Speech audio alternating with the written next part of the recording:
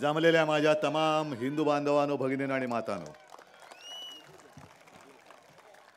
2 दिवस मी या रायगड जिल्ह्यात फिरतोय आणि मला माहितीच नाही, गीते साहेब तुम्ही आता जे बोललात की इथल्या गद्दार खासदारांना प्रश्न पडलाय की उद्धव ठाकरे आता फिरतायत, गर्दी किती जमेल. मला याला काय म्हणायचं ते त्यांनी ठरवायचं. पण या प्रश्नाच्या निमित्ताने मला शिवसेनेच्या पहिल्या दसऱ्या मेळाव्याची आठवण आली. 1966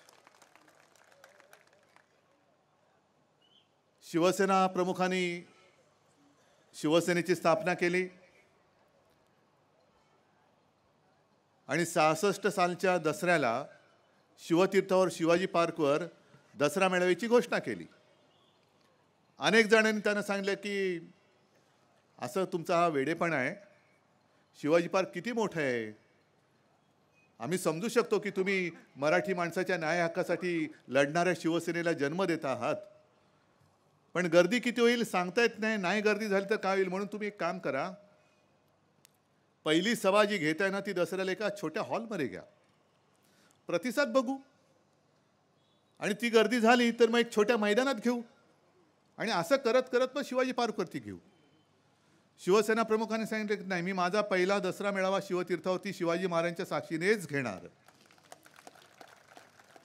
आणि कळू दे जगाला, एक तर मी तरी मूर्ख आहे किंवा लोक तरी मूर्ख आहेत. आणि तो जो काय मेळावा पार पडला, ओसंडून वाहत होतं शिवाजी पार्क, आणि त्या मेळाव्यानी दाखवून दिलं की ना शिवसेना प्रमुख मूर्ख होते, ना त्यांच्या सभेला आलेली जनता ही मूर्ख होती, दोघंही शहाणी होती. आणि अर्थातच माझ्याही धमन्यात तेच रक्त आहे, जे काय आहे ते खुल्लम खुल्ला, जे आहेत सोबत ते आहेत. अनेक जण मला विचारतात की का हो तुम्ही भगवद्गीता वाचले का. म्हटलं नाही बाबा, ते जाडजूड पुस्तक मी वाचलेलं नाही, उगाच काहीतरी बोलायचं म्हणायचं ही माझा काही स्वभाव नाही आहे. पण ते गीता ही भगवान कृष्णाने अर्जुनाला सांगितली होती. कारण असं म्हणतात, हे सगळं लिहिलेलं आहे की रणांगणामध्ये अर्जुनाची पंचायत झाली, कारण समोर जे कौरव होते ते भाऊ, त्यांच्या सैन्यामध्ये ते होते सगळे आपले आपतेष्ट. मग माझ्या नातेवाईकांच्या विरुद्ध मीच शस्त्र कसं, धनुष्यबाण कसा उचलणार. आणि मला असं वाटतं की त्या गीतेचा जो सारांश आहे तो असाच आहे की धर्माविरुद्ध अधर्म हे जेव्हा युद्ध होतं तेव्हा आपल्या सोबत धर्मासाठी धर्माची बाजू घेऊन जे लढायला उभे असतात ते आपले, आणि अधर्माच्या बाजूने जे आपल्या समोर उभे असतात ते भले नातेवाईक असले तरी ते आपले दुश्मन, त्यांचा वध हा करायलाच पाहिजे, हा त्याचा अर्थ आहे. आणि आता सुद्धा मी जो उभा राहिलो माझ्यासाठी नाहीच आहे. मी जे मग तरी आता आनंद गीते साहेब म्हणाले की साहेब एक मुद्दा राहिला. म्हटलं कोणता. कारण ते कालपासून प्रत्येक सभेत, आता पहिल्या प्रथम ते त्यांच्या लोकसभेची उमेदवारी त्यांनी जाहीर केली, नाही तर प्रत्येक सभेत 2024च्या विधानसभेच्या निवडणुकीनंतर उद्धवजी ठाकरे पुन्हा मुख्यमंत्री असतील. अरे नाही थांबा ना, मला तर विचारा ना आधी, मला तर विचारा. मी त्या स्वप्नाने वेडा झालेलो नाही. अनेक लोक खुर्ची स्वप्नात दिसते पण बसता येत नाही म्हणून वेडे होतात. अनेक वेडे असे असतात की आज मंत्री होईन उद्या मंत्री होईन म्हणून नवीन नवीन जॅकेट घेतात, नवीन नॅपकिन घेतात.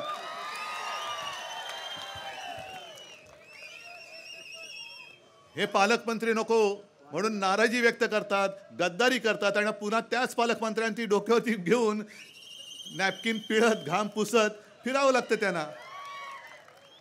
तसा मी काय पागल नाहीये. अरे मला तुम्ही खुर्चीवरनं उतरवलं म्हणजे कोणाला उतरवलं. ज्या शिवसेना प्रमुखांनी तुमची सगळी घरं भरली, तुम्हाला काय हवं नको तुमचे लाड पुरवले, तुमचे चोचले पुरवले, ते स्वतः बसले तर चालतं, पण शिवसेना प्रमुखांचा मुलगा एका अपवादात्मक परिस्थितीमध्ये मुख्यमंत्री पदावर बसला तर घराणेशाही.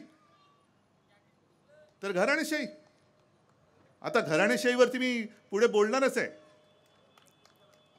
नाही तर आत्ताच बोलतो. कारण 15-20 दिवसापूर्वी माननीय पंतप्रधान हे येऊन गेले महाराष्ट्रामध्ये. आता पुन्हा 19 तारखेला येत आहेत. आता हे वाऱ्या करतायत, महाराष्ट्राच्या वाऱ्या. जशी पंढरपूरची वारी असते तसं आता यांना महाराष्ट्र आठवलेलं आहे. पण पंतप्रधान बोलून गेले की आम्हाला घराणेशाही नको आहे. आनंद आहे, मी स्वागत केलं त्यांचं. नेमकं दुसऱ्या दिवशी माझा असाच, मी कुटुंब संवाद म्हणतो, जनसंवाद नाही, कुटुंब संवाद. तुम्ही माझी माणसं आहात, माझ्या कुटुंबातली माणसं आहात. माझा असा कुटुंब संवाद हा कल्याण लोकसभेत होता. आता कल्याण लोकसभेचा खासदार कोण? त्याचे वडील कोण? मोठे गद्दार, हा छोटा गद्दार.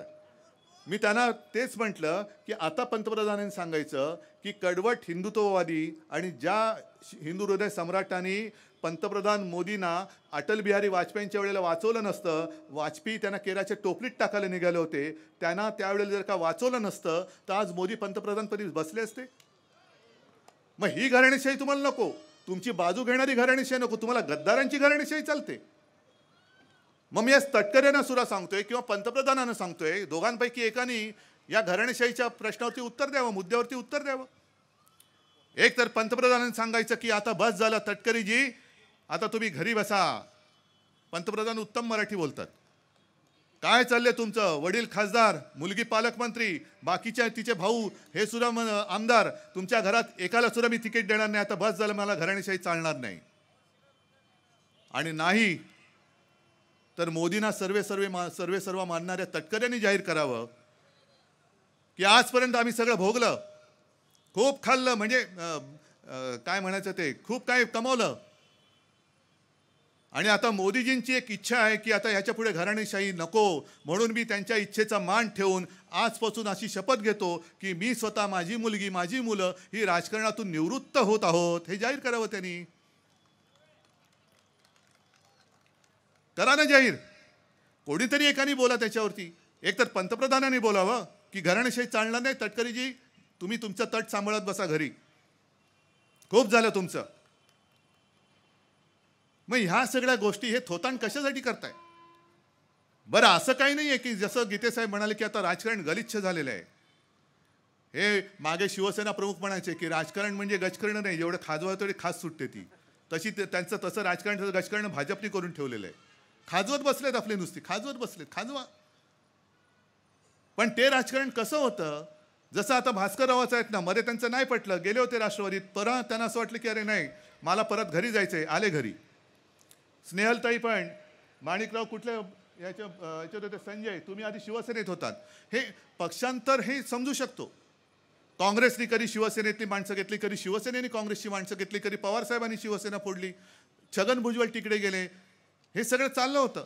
पण आजपर्यंतच्या इतिहासात ज्या पक्षाने तुम्हाला पंतप्रधान पदाची दिशा दाखवली आणि पंतप्रधान पदाच्या खुर्चीवर बसवलं, तो पक्ष तुम्ही संपवायला निघालात, तो पक्ष तुम्ही चोराच्या हातात द्यायला निघालात. हे राजकारण आजपर्यंत कधीही देशात झालेलं नव्हतं. हे भारतीय जनता पक्षाने केलेलं आहे. का मी पोटतिडकीने बोलू नको? जे मला विचारतात का हो की मध्ये असं एक बोललं जात होतं की आता नितीश कुमार नंतर उद्धव ठाकरे जाणार. कशासाठी जाणार? मला गेल्या 25-30 वर्षाचा अनुभव चांगला घेतलेला आहे मी यांचा. कधी एकदा यांच्याकडे म्हणजे पाठ वळल्यानंतर वार करायची संधी कधी सोडत नाही. आजपर्यंत कधी भाजपनी सोडली नव्हती. अगदी जुना इतिहास तुम्ही काढलात, ज्या वेळेला भुजबळांनी शिवसेना सोडली त्यावेळेला सुद्धा मनोहर जोशी विरोधी पक्षनेते होते.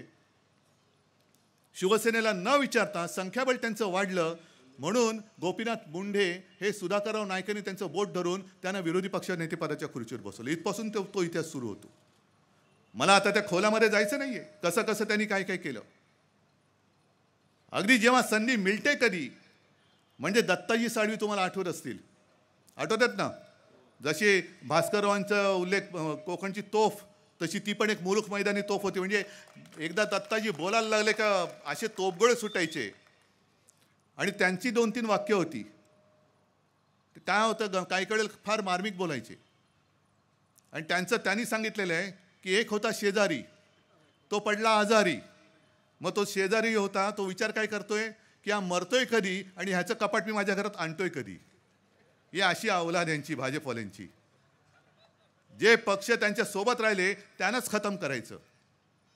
बरं, आज आणखीन एक गोष्ट मला कळली की जशी देशाचा एक तात्पुरता अर्थसंकल्प त्या सीतारामनबाईंनी सादर केला, तसंच आज मुंबई महापालिकेचा अर्थसंकल्प लोकप्रतिनिधी विना मेंढ्यांच्या अंडर असलेल्या आयुक्तांनी सादर केला.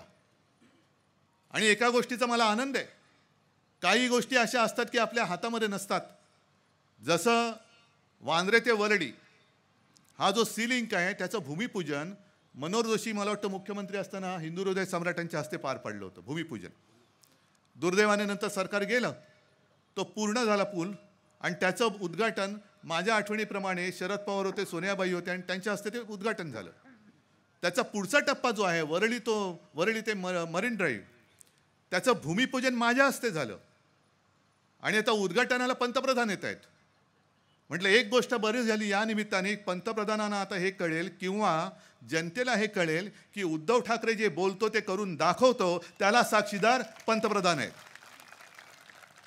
जे मी बोलतो ते मी करतो.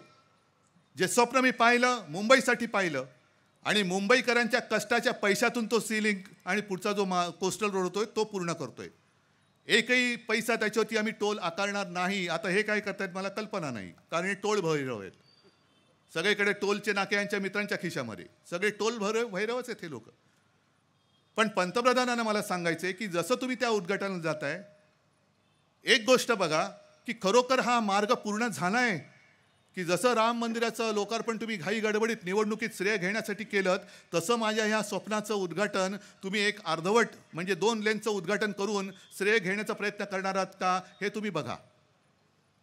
आणि जसं तुम्ही त्या सेतूचं उद्घाटन करायला येणार आहात तसं माननीय पंतप्रधानजी माझ्या मुंबई गोवा रस्त्यावरती पण कधीतरी एक चक्कर मारा.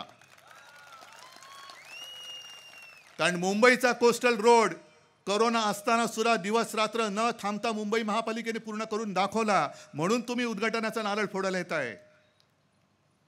पण केंद्र सरकार जो मुंबई गोवा रस्ता करतो आहे, मला वाटतं गडकरी बोलले होते की ह्या रस्त्यावरती 200 वर्ष खड्डेच पडणार नाही. बरोबर आहे, कारण 200 वर्ष हा रस्ताच होणार नाहीये. खड्डा पडणार कसा? रस्ता झाला तर खड्डा पडेल, पण रस्ता नाही झाला तर खड्डा पडणार कसा? म्हणून पंतप्रधानजी तुम्ही गडकरी साहेबांना विचार की अरे हा 200 वर्षात तरी पूर्ण होणार आहे की नाही. कधीतरी तुमचं, कारण आता मुदत संपत आली, या मुदतीमध्ये तुम्ही जर का मुंबई गोवा रस्त्याचं लोकार्पण केलं असतं तर आम्हाला अभिमान वाटला असता की बोले तशा चाले असा पंतप्रधान आम्हाला मिळाला. पण आम्ही करतो त्या रस्त्यावरनं चाले असा आमचा पंतप्रधान आम्हाला मिळाला. त्याने आमचं काय दुर्भाग्य की सौभाग्य कल्पना नाही मला. आणि आणखीन एक गोष्ट करा, तुमच्या बाजूला जे 1 फूल 2 हात बसलेत ज्यांचा या मुंबई कोस्टल रोडशी काडीचा दुरान्वयाने संबंध नाही, त्यांना विचारा. कारण त्या रस्त्यानेच तुम्ही जाताना गेल्या टर्ममध्ये म्हणजे देवेंद्र फडणवीस मुख्यमंत्री होते तेव्हा तिकडेच राजभवनच्या परिसरामध्ये मी पण गेलो होतो बरोबर. तुम्हीच शिवस्मारकाचं जलपूजन केलं होतं. ते शिवस्मारक कधी होणार आहे हे ते 1 फूल 2 हापना विचारा. तुम्ही तिकडनं जाल तेव्हा अरे उधर तो मैं गया था ना, कुछ तो किया था मैंने, जलपूजन किसका किया था? अच्छा शिवस्मारक वो कब होने वाला है पूछो. या सगळ्या गोष्टी ज्या आम्ही करतो आहोत त्याचं तुम्ही श्रेय जरूर घ्या, कारण तुम्ही माननीय पंतप्रधान आहात. आम्हाला काय वाईट नाही वाटत, जनतेच्या सेवेसाठी आम्ही करतोय म्हणून माझा जीव काही जळत नाहीये की अरे माझं स्वप्न, माझं भूमिपूजन मी केलेलं आहे आणि हे येऊन तिकडे उद्घाटन करतात. नाही, जनतेची सेवा तुमच्या हस्ते का होत नाही, होते, करा, जरूर करा. आणखीन आम्ही काय काय केलं, जसं तो शिवडी नावाशेवा मुख्यमंत्री असताना त्याचा पहिला गर्डर हा माझ्या हस्ते पडला होता म्हणजे ठेवला होता. तो सुद्धा अखंडपणाने काम करून तो पूर्ण केला. त्याचं लोकार्पण पंतप्रधानांनी केलं. पण हे आता पंतप्रधान वारंवार महाराष्ट्रामध्ये यायला लागलेले आहेत, महाराष्ट्रात वारंवार येत आहेत. तुमच्या इकडे म्हणजे या किनारपट्टीवरती निसर्ग चक्रीवादळ आलं होतं ना, तोक्ते सुद्धा नाही म्हटलं तरी फटका देऊन गेला आपल्या किनारपट्टीला. पंतप्रधान कधी आले होते, भेटले, दिसले, काय नुकसान किती झालं, कोणाच्या घरात जाऊन विचारलं, कोणाच्या घरात जाऊन ते चहा प्यायला की अरे दादा तुझं किती नुकसान झालं, तुझा म्हणजे मी स्वतः बघितले मोठमोठे वृक्ष उन्मळून पडले होते, घरं त्या वृक्षाखाली दबली गेली होती, खूप नुकसान झालं, फळबागांचं नुकसान झालं. त्याच्यानंतर अवकाळी, म्हणजे मी आज इकडे तुमच्याशी बोलतोय रायगड जिल्ह्यात, पण अख्खा महाराष्ट्र आहे, मराठवाडा आहे, विदर्भ आहे, आत्ताच दुष्काळाच्या झळा लागलेल्या आहेत. त्यांना तुम्ही घोटभर पाणी देणार आहात की नाही? का नुसतं आपल्या महाराष्ट्रामध्ये येणार? आम्ही काय म्हणतो, बघा आले पंतप्रधान. एक अभिमानाचा क्षण असतो, नक्कीच असतो, कारण देशाचे पंतप्रधान, आमच्या देशाचे पंतप्रधान आहेत, ते काय आमचे दुश्मन नाही आहेत.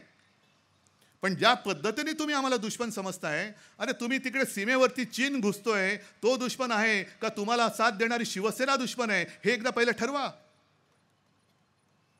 ज्या एका मानसिकतेने पिसाळून तुम्ही आमच्या लोकांच्या मागे ईडी, सीबीआय, इन्कम टॅक्स घुसवल्या, माझ्या रवींद्र रावेकरच्या घरी, अनिल परीपच्या घरी, किशोरी पेडणेकर, तो सूरज चव्हाण असेल, साध्या साध्या शिवसैनिकांच्या वरती पोलीस केसेस टाकताय.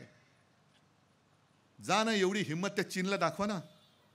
चीनला दाखवा घुसलाय. काल पण तो घुसला होता लडाखमध्ये, तिथल्या मेंढपाळाने हाकलला, पण मोदीजींनी नाही हाकलला. एक शब्द कोणी तिकडे बोलायला तयार नाही आहे, कोणी बोलायला तयार नाही. एवढ्या वेळा महाराष्ट्रामध्ये तुम्ही येताय, मतांसाठी येताय, होय मतांसाठी येताय, मग मणिपूरमध्ये का जात नाही आहेत? काल जे सीतारामनबाई बोलल्या की आता तरुण, महिला, शेतकरी आणि गरीब या 4च जाती आहेत. मग 4च जाती मानताय, तर मग राज्यभर तुम्ही जात नाही आहे सर्वेक्षण काय करताय? मग कसं तुम्ही आरक्षण देणार आहात? तुम्ही तर ठरवलं 4च जातींवरती आम्ही काम करणार, पण महिलांसाठी तुम्ही काम करणार असाल तर तुम्हाला 10 वर्ष कळलंच नाही की या देशामध्ये महिला आहेत, स्वतः महिला असून. आणि मणिपूरमध्ये जे घडलं ते तिकडे अमित शहा जाऊन आले होते. अमित शहा जाऊन आल्यानंतर अमित शहाने नाही सांगितलं, तो व्हिडिओ दुर्दैवाने बाहेर आला आणि ती दुर्दैवी घटना घडली. ती बोलायला सुद्धा लाज वाटते, शरम वाटते की माझ्या या स्वतंत्र भारतामध्ये, स्वतंत्र हिंदुस्थानामध्ये, ज्या देशाला आम्ही आमची माता मानतो, त्या भारत मातेमध्ये या माता भगिनींची अशी विटंबना होते, तरीसुद्धा मोदी जात नाहीत तिकडे. कारण तिकडे 2च जागा आहेत. आले काय गेले काय, आणि कोणी आले तर बघू ना, ईडी पाठवून घेऊन टाकू 2. फरक काय पडतोय? 2च आहेत ना. अरे छोड़ दो यार, वो बाद में ईडी को भेजेंगे, लेके आएंगे दोनों को. पण महाराष्ट्रामध्ये 48 जागा आहेत. महाराष्ट्रामध्ये 48 जागा आहेत. म्हणून मोदी वारंवार येत आहेत. अगदी म्हणजे मेट्रोचं उद्घाटन, कोस्टल रोडचं उद्घाटन, आणखीन म्हणजे आता जास्त मी काय त्यांच्यावर टीका नाही करत, आणि मी त्यांच्यावर टीका करायला इकडे आलो सुद्धा नाहीये. मी अजूनही मोदींना काही दुश्मन नाही मानत, पण मोदी मला दुश्मन मानत असतील तर मी तुमच्याकडे न्याय मागणार नाही तर कोणाकडे मागणार? कोणाकडे मागणार? आणि काय गुन्हा काय माझा? 2014 साली जेव्हा पंतप्रधान पदाच्या उमेदवारीसाठी मोदींचं नाव भाजपच्या कार्यकारिणीने जाहीर केलं, त्यावेळेला भाजपच्या पलीकडे म्हणजे भाजपच्या शिवाय मोदींना पाठिंबा जाहीर करणारा शिवसेना हा पहिला पक्ष होता. राजनाथ सिंह माझ्याशी बोलले होते, उद्धव जी कल हम ऐसे करने जा रहे हैं, हमारे पार्लियामेंट्री बोर्ड की मीटिंग है और उसमें शायद, म्हटलं शायद नहीं, आप करो, मेरा समर्थन है आपको. मग त्याच वेळेला मी तुमच्याशी पंगा घेतला असता. पण 2014 साली तुम्हाला तिकडे लोकसभेला मी चाललो. मग त्याच्यानंतर असं नेमकं काय झालं की तुम्ही 2014लाच ऑक्टोबरमध्ये शिवसेना सोबत होती जी 25-30 वर्ष, तिच्याबरोबरची युती तुम्ही तोडून टाकली. काय उत्तर आहे तुमच्याकडे? आज भले हे गद्दार सांगतात की यांनी बाळासाहेबांचे विचार सोडले, मग तेव्हा आम्ही काय सोडलं होतं? बरं, बाळासाहेबांचे विचार म्हणजे काय तुम्हाला धोतर वाटलं? कधी घातलं आणि कधी सोडलं? की काळी टोपी घातली आणि धोतर नेसलं, पाहिजे तेव्हा नेसलं, पाहिजे नको तेव्हा सोडलं? हे असे नाही आहे आमच्याकडे. आमच्याकडे काळ्या टोप्या नाहीत, कारण आमची मनं काळी नाहीत. आमच्याकडे भगवी मनं आणि भगव्या टोप्या आहेत. आमच्याकडे काळ्या टोपीची माणसं नाही आहेत. पण तुमच्या मनात येईल ते तुमचे शत्रू, तुमच्या मनात येईल ते तुमचे मित्र. संघ मुक्त भारत, संघ म्हणजे RSS नको, RSS मुक्त भारत बोलणारा नितीश कुमार हे काय कडवट हिंदुत्ववादी आहेत? आज तुम्ही आम्हाला विचारताय, होय आलेत, माझ्यासोबत मुसलमान सुद्धा आलेले आहेत, कारण त्यांना आमचं हिंदुत्व पटलेलं आहे. जो कोणी देशभक्त आहे तो जातपात धर्माने कोणी असला तरी सोबत आहे. आम्हाला देश वाचवायचा, देशाची लोकशाही वाचवायची आहे. मग अशा सभेमध्ये मला काही मुस्लिम बांधवांनी कुराण दिलं, लगेच चॅनलवरती दाखवलं असेल. हो, दिलं ना मला मराठीमध्ये कुराण. पण छत्रपती शिवाजी महाराजांनी सुद्धा कुराणाची काय इज्जत ठेवली होती, तो सुद्धा दाखला इतिहासामध्ये आहे. बरं, मुस्लिम बांधव आणि माता भगिनी आलेले आहेत सोबत. काल कोणीतरी बोललं, हे म्हणे मी काल बिल्किश बानूबद्दल बोललो, कारण महिलांवरती काम करणार. मग मी सांगितलं की मणिपूर, सीतारामबाई तुम्ही जरा मणिपूरमध्ये जाऊन त्या ज्या भगिनींची विटंबना झाले त्यांच्यासाठी काहीतरी करा ना. बिल्किश बानूचे जे अत्याचारी गुंड, त्यांना तुम्ही सोडले आणि कोर्टाच्या आदेशाने पुन्हा तुरुंगात टाकलं. जा ना, त्यांच्याबद्दल काहीतरी करा ना. एक कोणतरी चमचा बोलला, हे बिल्किश बानूचा झेंडा घेऊन चाललंय. अच्छा, म्हणजे जर मुसलमान आमच्यासोबत आले तर आम्ही हिंदुत्व सोडलं. कुराण कोणी मला दिलं म्हणून तुम्ही उद्या बोलायला हिंदुत्व सोडलं. अरे माझ्या इथल्या माझ्या देशावरती प्रेम करणाऱ्या मुसलमानांनी मला कुराण दिलंय. अजूनही मी नवाज शरीफच्या वाढदिवसाचा केक पाकिस्तानात जाऊन कापून खाल्लेला नाही. पाकिस्तानात जाऊन ज्यांनी आपल्या देशाची फाळणी केली त्या जिनाच्या थडग्यावर मी डोकं टेकलेलं नाही, टेकणार नाही. पण हे तुमचे नेते तुम्हाला चालतात तरी आम्ही विचारायचं नाही की तुम्ही हिंदुत्व सोडलं का. आणि आम्ही नुकते आमच्याबरोबर मुसलमान आले तर तुम्ही सांगणार तुम्ही हिंदुत्व सोडलं. हे तुमचं थोतांड जे आहे हिंदुत्वाचा त्याचा बुरखा फाडायला मी आलेलो आहे. हे आमचं हिंदुत्व नाही, अजिबात नाही. आमच्या हिंदुत्वामध्ये ठीक आहे तुम्ही अयोध्येत राम मंदिर बांधलं, आम्हाला सुद्धा अभिमान आहे, कारण शिवसेना प्रमुखांनी तेव्हा जबाबदारी घेतली होती. तुम्ही कसली नामर्दाची अवलाद. एकेकांचे पुरावे आहेत, दाखले आहेत, अजूनही इंटरव्ह्यू आहेत. बहुत बुरा हो गया, बहुत अफसोस हो गया, ऐसा नहीं होना चाहिए था. मग त्याच्यात आडवाणीजींचं एक हे आहे की जे तिकडे चढले होते ते मराठी बोलत होते. मी प्रमोदला पाठवलं, मी उमा भारतीनं म्हणजे त्यांनी सांगितलं उमाला पाठवलं, त्यांनी सांगितलं मराठी बोलतात. मग प्रमोदला पाठवलं म्हणजे प्रमोद महाजन ते बोलले ते ऐकत नाही आहेत. मग प्रमोद महाजनांचं न ऐकणारे मराठी माणसं भाजपची असतील? स्वच्छ आहे. पण तुम्हाला अफसोस मग तुम्ही पेटवलत का लोकांना. जे शिवसेना प्रमुख चिडले होते ते एवढ्याचसाठी आम्हाला कोणाला माहिती नव्हतं की तुम्ही तिकडे काय करताय. कार सेवा करायची, कार सेवा करायची म्हणजे तिकडे जाऊन काय गाड्या धुणार होतात काय करताय. नाही कार सेवा बोला आहे ना, तो गाडी धो रहे हम लोग. आता तुम्ही सगळ्यांना पेटवलं, लोक पेटली गेले आणि पाडल्यानंतर तुम्ही पलटा कसे. जबाबदारी घ्या. कारण जे कोणी आले होते त्यांना सुद्धा घरदार होतीच, कुटुंब होतेच. त्यांनाही माहिती होतं की गोळी घातली तर आपला जीव जाईल, अपंग होऊ शकतो, काही होऊ शकतं. पण तरीसुद्धा तुम्ही भडकवलात. भडकली लोक गेले तिकडे आणि तुम्ही जे सांगितलं तर केल्यानंतर पाय लावून पलटा आणि नेतृत्व करता. हे हिंदुत्व आमचं नाही. आमचं हिंदुत्व हे छत्रपती शिवाजी महाराजांचं आहे. आला अंगावर तर घेतला शिंगावर. म्हणून मी मगाच्या सभेत सुद्धा त्या औरंगजेबाचं उदाहरण दिलं. कोणता औरंगजेब तुम्हाला माहिती आहे ना, जो काश्मीरमध्ये शहीद झाला, गनमॅन होता. तो गनमॅन आपल्या भारताकडनं अतिरेक्यांशी लढत होता आणि सुट्टी घेऊन घरी जात असताना अतिरेक्यांनी त्याचं अपहरण केलं. अपहरण केल्यानंतर काही दिवसांनी अत्यंत वाईट अवस्थेत त्याचा मृतदेह सापडला. अतिरेक्यांनी त्याला पळवला, त्याचे हालहाल केले आणि त्याचा खून करून टाकला. अतिरेक्याने हा नाही विचार केला, त्याला नाव नसेल विचारलं, त्याला माहिती नसेल की हा मुस्लिम आहे. अतिरेकी पाकिस्तानचे, त्यांच्याबरोबर लढणारा माझा भारत मातेचा पुत्र हा औरंगजेब असेल धर्माने मुसलमान, पण अतिरेकी धर्म नाही बघत. अतिरेकी म्हणतात की हा हिंदुस्थानकडनं लढतोय, हा मुस्लिम असला तरी हा आपला शत्रू, याला मारलाच पाहिजे. आणि त्याला सुद्धा माहिती आहे की समोरचे जे अतिरेकी आहेत ते मुस्लिम आहेत पण पाकिस्तानचे आहेत, वतन के खिलाफ. तो लढला, ज्यांच्याबरोबर तो वतन के खिलाफ होते लढत त्यांच्यावर तो लढला आणि शहीद झाला. तो औरंगजेब आम्ही आमचा मानतो, भाजपवाल्याने विचारतो तो तुम्ही तुमचा मानता की नाही मला सांगा, मग हिंदुत्वाचं काय असेल ते एकदा ते होऊन जाऊ द्या.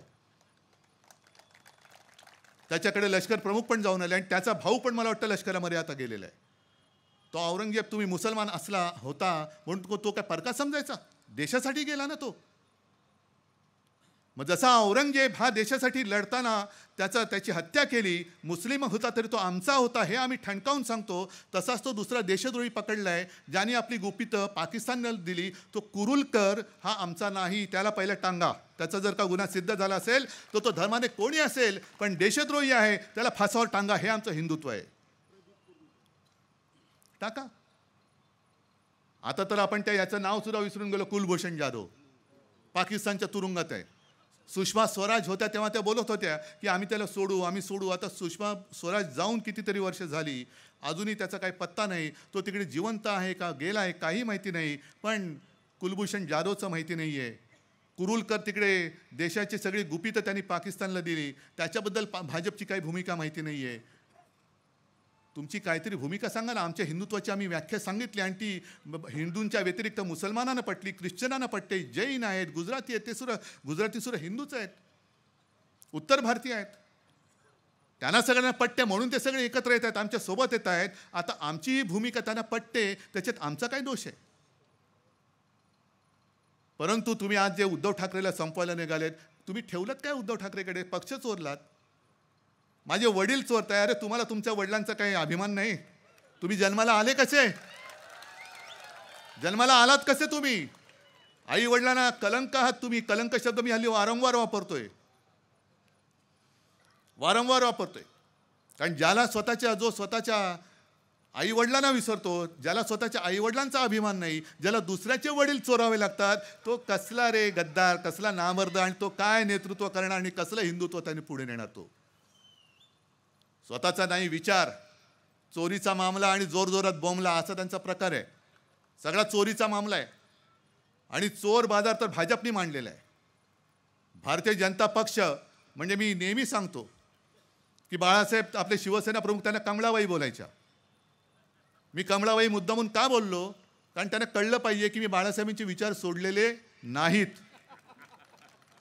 कमळाबाई हा माझा घराणेशाहीतला शब्द आहे, तो मी तुम्हाला बोलतोय. कमळाबाई, कमळाबाई हा घराणेशाहीचा शब्द आहे, बाळासाहेबांनी दिलेला शब्द आहे. बोला काय बोलताय? नाही असं नका बोलू एकदमच. आता कमळाबाई बोलायचं की नाही बोलायचं? बाळासाहेबांचा शब्द आहे. बाळासाहेबांचे विचार सोडायचे नाहीत आपण कधीच सोडणार नाही मी. म्हणून कमळाबाईला कमळाबाईच बोललं पाहिजे. पण आता तर त्याच्या पुढे गेलेत. कारण हे आजपर्यंत कधी देशाला तसं नेता कोण आहे? भारतीय जनता पक्षाने नेते कोण दिलेत? जसं हिंदू हृदय सम्राट म्हटलं तर एकच नाव येतं, सुभाष बाबू यांचे, बाळासाहेब यांचे, बाबासाहेब यांचे, सरदार पटेल यांचे. आणि मग मध्ये कोणतरी बोलतं की जर का नेहरूंच्या ऐवजी सरदार पटेल पंतप्रधान झाले असते तर काय झालं असतं? खरंच सरदार पटेल व्हायला पाहिजे होते. कारण सरदार पटेलांनीच RSS वरती बंदी घातली होती. बोला, सरदार पटेल चालले असते तुम्हाला? आम्हाला चालले असते. आम्ही तर त्यांचा लोहपुरुष म्हणून आजही आदर करतो.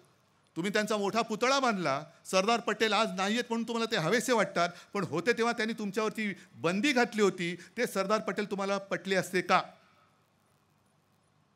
या सगळ्या गोष्टींचा विचार करा. आणि मला खरंच काय कळ म्हणजे आज हा कागद मी असा ठेवला आहे. आता काय झालंय, 2 दिवस मुद्दे तेच मी बोलतोय कारण तुम्हाला ते पटले पाहिजेत. पंतप्रधान हल्ली सांगतात की अमुक अमुक होगा, ये मेरी गॅरंटी है, मोदी गॅरंटी आहे. मग त्यांची गॅरंटी काय? की भ्रष्टाचार करा, भाजपात या, तुम्हाला काही होणार नाही, तुम्ही मुख्यमंत्री उपमुख्यमंत्री व्हाल, हे मोदी गॅरंटी आहे. पण आला नाहीत तर मग तुमच्याकडे ईडी येईल, CBI येईल. हजारो कोटींचा घोटाळा केला. त्या NCP वरती त्यांनी आरोप केले. 70,000 कोटीचा घोटाळा NCPने किया. ज्यांनी केलं त्यांना तुम्ही उपमुख्यमंत्री बनवला. ही मोदी गॅरंटी? ज्या प्रफुल्ल पटेलवरती ईडीने कारवाई केली, त्यांची मालमत्ता त्यांनी जप्त केली, त्याच्यात त्या ईडीने ऑफिस टाकलं. इक्बाल मीरची जो दाऊदचा हस्तक होता त्याच्याकडून प्रफुल्ल पटेलनी ती खरेदी केली. त्यांच्यात काहीतरी ते देणं घेणं झालं. प्रफुल्ल पटेल तुरुंगात जाणार. ते भाजपसोबत गेले. कुछ नहीं होगा, ये मेरी गॅरंटी है. कारण गोंदियाला त्यांचा आणि पंतप्रधानांचा बरोबर फोटो आला. अरे कुछ नहीं यार, आ जाओ, मेरी गारंटी. कौन है ईडी वाले? अच्छा, कल जाके आपके घर में झाडू लगाएंगे वो. म्हणजे एक तर दिव्य प्राणी आपल्यातच होते. त्यांनी इंटरव्ह्यू दिला, त्याची क्लिप माझ्या फोनवर आहे की जे जवान CRPFचे धाड घालताना त्यांच्या घरात घुसले होते, ते जवान आता माझ्या रक्षणासाठी माझ्या घराबाहेर उभे आहेत. ये मोदी गॅरंटी आहे. आणि आणखीन एक बातमी आहे, हे आता दिसणार नाही कारण तुम्हाला मोठं करून दिसणार नाही, पण भरूचमध्ये पंतप्रधान मोदी आणि योगी यांचे पुतळे गार्ड म्हणून एका अनधिकृत बांधकामाच्या समोर लावलेले आहेत की डिमॉलिशन होऊ नये. मोदी आणि योगींना बाहेरच उभं केले पुतळे करून. ये मोदी गॅरंटी आहे. कसं येणार आणि कोण यांचं अनधिकृत तोडणार? हा सगळा कारभार चाललेला आहे. ह्याला तुम्ही हिंदुत्व म्हणायचं आणि आम्ही हिंदुत्व म्हणून माना डोलवायच्या आणि आम्ही तुमच्या पालख्या व्हायच्या. आमचं हिंदुत्व वेगळं आहे. आमचं हिंदुत्व हे देशासाठी आहे, देशाच्या भल्यासाठी आहे. तुमच्या खुर्चीसाठी शिवसेनेला बाळासाहेबांनी जन्म नव्हता दिला. तो मराठी माणसाच्या आणि हिंदूंच्या न्याय हक्कासाठी आणि या देशासाठी त्यांनी जन्म दिला होता. जे काही जण म्हणतात ना की हे काँग्रेस सोबत गेले, होय गेलो ना. कारण काँग्रेसने मी तुम्हाला सांगितलं तसं पक्ष फोडला असेल, आम्ही विरोध केला, पण कधी एकमेकावरती सूड नाही काढला, कधी सूड नाही काढला. उलट मला आठवतंय ज्या वेळेला मनोहर जोशी मुख्यमंत्री झाले, मी स्वतः साक्षी आहे. मनोहर जोशी मुख्यमंत्री होते आणि गोपीनाथ मुंडे उपमुख्यमंत्री होते. घरी मातोश्रीवरती अनेकदा चर्चेला यायचे, प्रमोद महाजन यायचे, कधी कधी नितीन गडकरी यायचे, पण मनोहर जोशी आणि गोपीनाथ मुंडे तर बऱ्याचदा यायचे. आणि माझ्यासमोर घडलेली गोष्ट आहे की नवीन सरकार नवीन आलं होतं, मुख्यमंत्री बसले होते, उपमुख्यमंत्री बसले होते आणि शिवसेना प्रमुखांनी त्यांना सांगितलं, पंत आणि गोपीनाथ लक्षात घ्या, आज तुम्ही पंत मुख्यमंत्री आहात, गोपीनाथ तू उपमुख्यमंत्री आहेस. तू ते बोलायचे, मी नाही, मी गोपीनाथजीच बोलायचो, पण ते साहेबांचे शब्द म्हणून मी तू शब्द वापरला. पंत तुम्ही मुख्यमंत्री आहात, गोपीनाथ तू उपमुख्यमंत्री आहे. सरकार आपलं आहे, आपल्या विरोधामध्ये आंदोलनं होतील, काँग्रेसची लोक आपल्या विरुद्ध आंदोलनं करतील, पण एक लक्षात घ्या, त्या तरुणांवरती आणि मुलींवरती लाठ्या चालवायच्या नाहीत. भले काँग्रेसचे जरी असले तरी ती माझ्या महाराष्ट्राची मुलं मुली आहेत, त्यांना तुम्ही हात लावायचा नाही. याला म्हणतात एक दिलदारी, याला म्हणतात एक लोकशाही आणि याला म्हणतात नेतृत्व. आता तुम्ही पंतप्रधान होईपर्यंत जी शिवसेना तुमच्या सोबत होती, ज्या दंगली मुंबईमध्ये घडल्या तेव्हा हिंदूंना वाचवणारी शिवसैनिक, हे तुम्हाला आता भ्रष्ट वाटायला लागले. ज्यांची मदत घेऊन तुम्ही शिड्या चढलात त्यांना तुम्ही संपवायला निघालात. काय गुन्हा काय आमचा? आणि तुम्ही जे काय म्हणताय, तुम्ही जे काय सगळं खतम करत चाललेलं आहे, जे नड्डा बोलले होते की या देशामध्ये एकच पक्ष राहील, नड्डाजी तेवढा देश हलक्यामध्ये घेऊ नका, हा इंग्रजांना घालवणारा देश आहे. आणि इंग्रज सुद्धा 150 वर्ष राज्य करत होते, तेव्हा कोर्ट बेट काय होतं. आताची आपण कोर्टावरती विश्वास ठेवायचे की नाही ठेवायचा याच्यावरती चर्चा होते. प्रशासकीय यंत्रणा तर विश्वासार्थ त्याची करीच गेलेली आहे. ईडी CBI वगैरे तर घरगडीत झालेले आहेत. पोलिसांकडनं थोडीफार अपेक्षा आहे, कारण पोलिसांनो तुमचे सुद्धा माता भगिनी बांधव सगळे ह्याच समाजात राहत आहेत.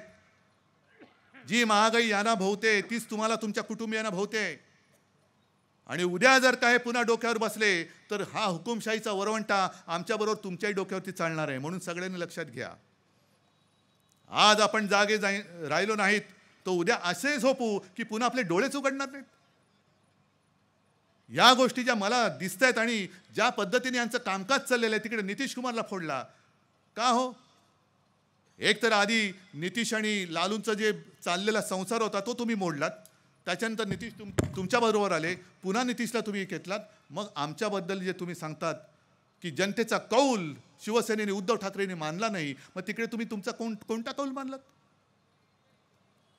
आणि काँग्रेस बरोबर गेलो म्हणून आम्ही हिंदुत्व सोडलं हे मगाशी तुम्हाला सांगत होतो. अरे 25-30 वर्ष तुमच्यासोबत राहून आमची भाजपा नाही झाली तर शिवसेनेची काँग्रेस कशी होईल? झाली आमची भाजपा. भले आपले तर विचार एक होते, भगवा फडकवायचा, आणि भगवा फडकवण्यासाठी आम्ही तुम्हाला पाठिंबा दिला होता. संपूर्ण सगळे गेल्या वेळेला सुद्धा आपल्या युतीचे उमेदवार गीतेसाहेब होते. कोणासाठी उभे होते? गीतेसाहेब निवडून आले तर पंतप्रधान तुम्हीच होणार होतात. एवढं सगळे ह्या लोकांनी परिश्रम घेतल्यानंतर आज तुम्ही तिकडे बसल्यावर तीच शिवसेना तुम्हाला नकोशी झाली. ही जी वृत्ती आहे ना की मी आणि फक्त मीच, त्या वृत्तीविरुद्ध आपण लढतो आहोत. मी मोदींविरुद्ध व्यक्तीविरुद्ध लढत नाहीये. व्यक्ती येते आणि जाते, पण ही वृत्ती फार घातक असते. आणि मला भीती वाटते ती हीच वाटते की भाजपचा तर पराभव या निवडणुकीत होणारच, नक्कीच होणार. पण भाजपनी जो एक पायंडा पडलेला आहे पक्ष फोडायचा, काल चंदीगडमध्ये त्यांनी जे केलं, दिवसा ढवळ्या लोकशाहीचा मुर्दा पाडला त्यांनी, दिवसा ढवळ्या. म्हणजे काँग्रेस आणि आपची मतं होती ती 20, त्यांचा महापौर निवडून येणार ही अनौपचारिकता होती, नुसती औपचारिकता होती म्हणा पाहिजे तर. पण त्यांनी जो निवडणूक अधिकारी बसवला आपल्या लबाडासारखा, तो तिकडेच तसा लबाड निघाला. असं म्हणतात ती फिल्म आहे की त्याच लबाडाने तिकडे, म्हणजे तिथल्या लबाडाने मतपत्रिकेवरती खुणा केल्या आणि 8 मतं बाद करून भाजपचा उमेदवार विजयी करून टाकला त्यांनी. इकडे तुम्ही शिवसेना, ही माझी शिवसेना हो, माझी शिवसेना, माझी वडिलोपार्जित संपत्ती ही माझ्या समोर बसलेली आहे. शिवसेना हे नाव तुम्ही दुसऱ्या कोणाला देऊ शकत नाही. ना हा तुमचा लवादाचा अधिकार आहे, ना निवडणूक आयोगाचा अधिकार आम्ही मानत नाही. शिवसेना हे नाव माझ्या वडिलांनी माझ्या आजोबांनी दिलेलं आहे. ते चोराला देण्याचा अधिकार लबाडाला नाही. मग तो निवडणूक आयोग सुद्धा लबाड आहे आणि इथला लबाड तर लबाड आहेच. उद्या आम्ही जर का निवडणूक आयुक्ताचं नाव बदलून टाकलं, आजपासून तुझं नाव धोंडू, बोलू आम्ही ए धोंड्या, का नाही तुझ्याकडे जन्माचा दाखला नाही, हे नाही चालणार.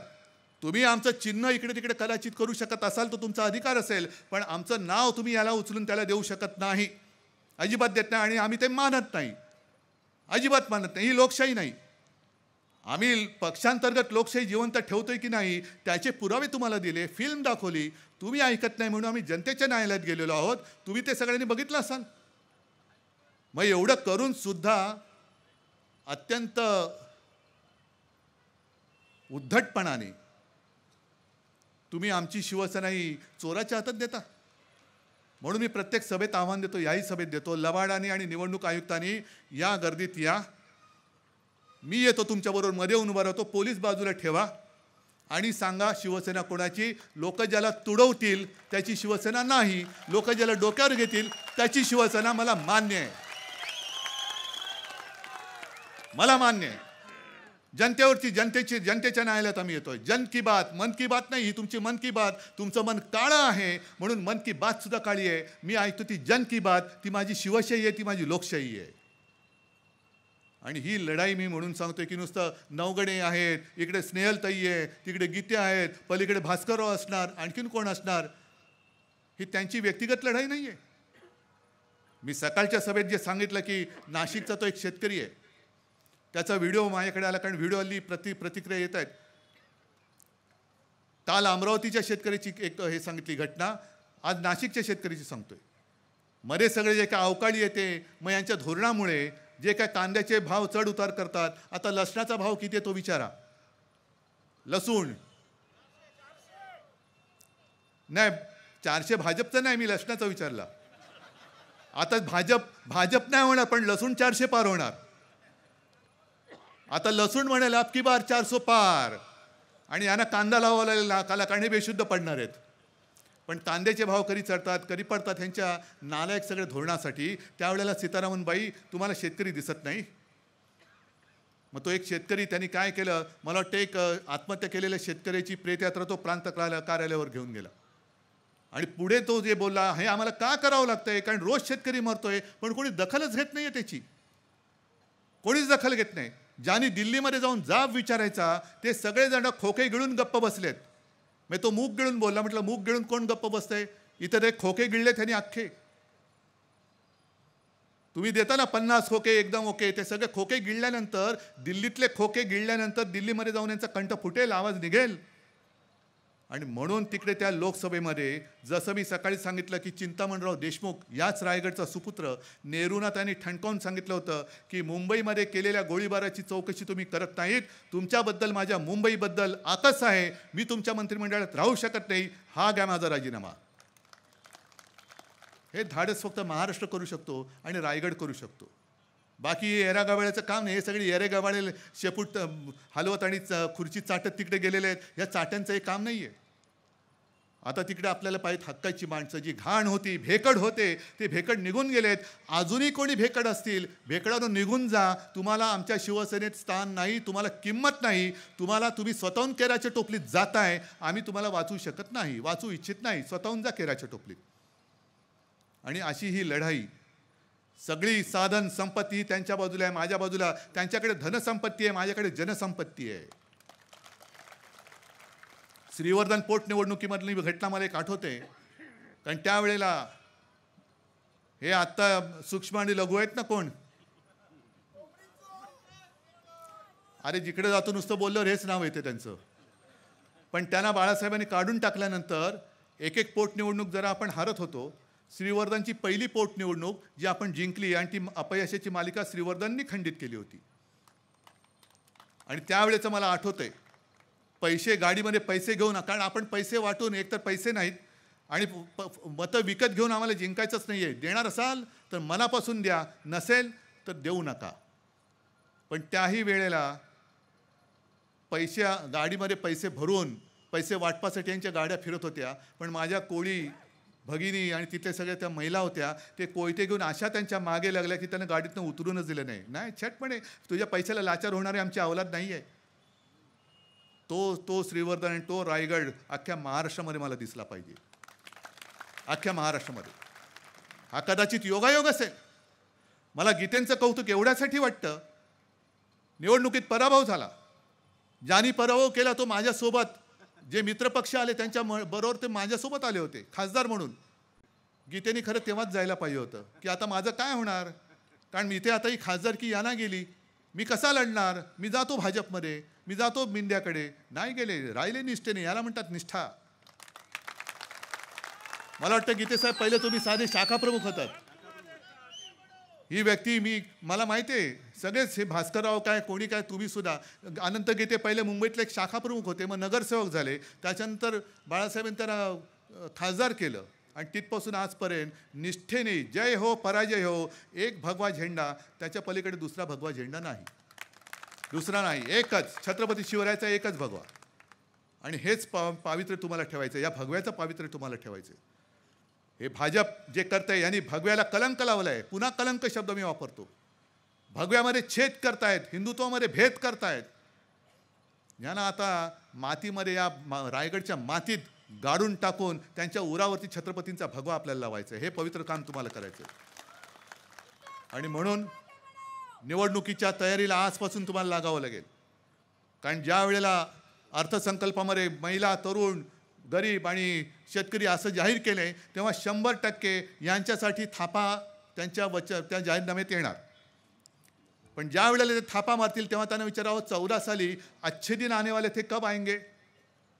खात्यामध्ये 15 लाख रुपये येणार होते, कधी येणार आहेत? 2 कोटी लोकांना रोजगार. इकडे मला सांगा, गेल्या 10 वर्षात केंद्राच्या योजनेमुळे किती लोकांना रोजगार मिळाला? का माझी या रायगडमधली, म्हसळ्यातली असतील, माणगावमधली असतील, श्रीवर्धनमधली असतील तरुण तरुणी घर सोडून, कुटुंब सोडून मुंबईत आणि इतरत्र का त्यांना जावं लागतं? का तुम्ही उद्योग आणले नाहीत? अरे 10 वर्षात जे तुम्ही करू शकला नाहीत, आता देशाला मजबूत करणार, मग इतके दिवस काय गवत उपटत होतात? म्हणजे सत्ता आल्यानंतर तुम्हाला राम मंदिर बांधायला 10 वर्ष लागली, देश मजबूत करायला म्हणे 2047 साली देश मजबूत होणार. 2047 वाट बघा. मग तुम्ही मतं दिल्यानंतर विचाराल, अहो काय झालं नोकरीचं? अभी तो 2024 नाही गया है, 2047 बोललोय मी. 2047 पर्यंत आपण राहणार, हे तरी राहतील, हे तर याच वर्षी जातील आणि त्यांना घालवावंच लागेल. त्याच्यामुळे आता यांच्या थापा खूप झाल्या. अब बहुत हो गया. आता थापांची बरसात खूप झाली. अब की बार ये तडीपार, यांना तडीपार करून टाकायचं. आणि ते काम हे तुम्ही कराल अशी अपेक्षा व्यक्त करतो, विश्वास व्यक्त करतो आणि आपली रजा घेतो. जय हिंद, जय महाराष्ट्र.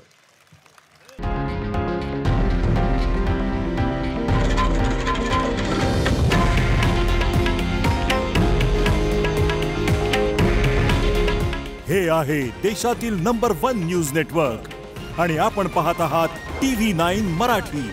काळजी तुमची, हित महाराष्ट्राचं.